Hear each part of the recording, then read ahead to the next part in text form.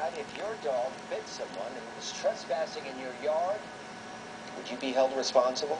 One viewer connected with us asking that very question after his pet bit a man who was trespassing on his property. As 10 Connects reporter Melanie Brooks tells us, the victim is now fighting to have that dog put to sleep.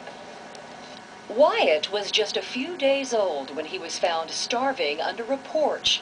This pit bull terrier was rescued by Jon Hopkins, who then began raising the dog and never had a problem until now. I have no doubt they want to kill him. They want to put him to sleep.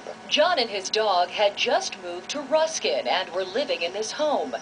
One day, Jon noticed something strange. A man walking through his yard over and over again to get to a neighbor's home. And the fact that he kept going in and out, I couldn't understand why he would do that so many times. According to Jon's attorney, Wyatt never showed aggression toward anyone.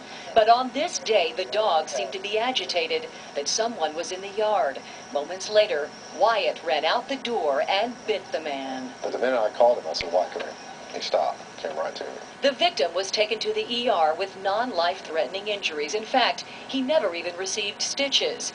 So who becomes responsible in this case? In the state of Florida, you have no reasonable expectation of safety if you're trespassing.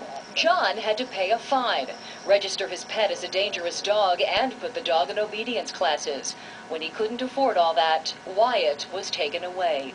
After months of court battles, Wyatt could be put down within a matter of days.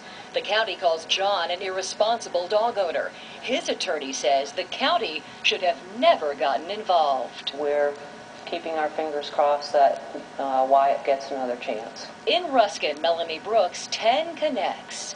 And of course, we'll decide in the next 2 weeks whether or not Wyatt will be put to sleep. Meanwhile, the victim has filed a civil suit against Hopkins as well.